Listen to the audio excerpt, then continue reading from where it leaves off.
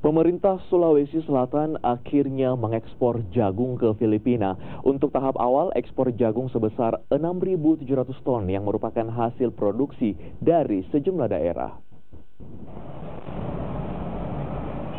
Pelepasan ekspor jagung Sulawesi Selatan dilakukan Menteri Pertanian Amran Sulaiman dan Gubernur Sulawesi Selatan Syahrul Yassin Limpo di Pelabuhan Soekarno-Hatta, Makassar.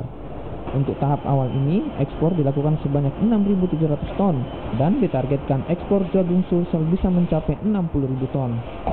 Hari ini yang dulunya impor kita rubah menjadi ekspor.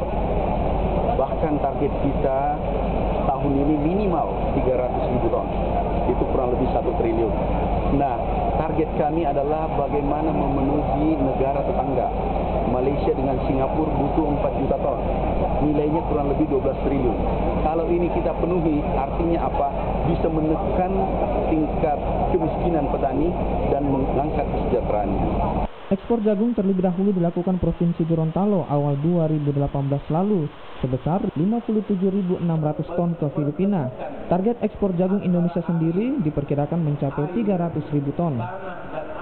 Selain Filipina yang membutuhkan jagung sebesar 1 juta ton, negara lain yang bisa jadi potensi ekspor jagung ke depan adalah Malaysia. Negeri jiran diperkirakan membutuhkan sekitar 3 juta ton jagung. Ekspor jagung merupakan momen bersejarah bagi Indonesia, mengingat pada 2015 lalu Indonesia masih harus melakukan impor jagung sebesar 3,6 juta ton dengan nilai mencapai 10 triliun rupiah. Arif Tirtana, Kompas TV, Makassar.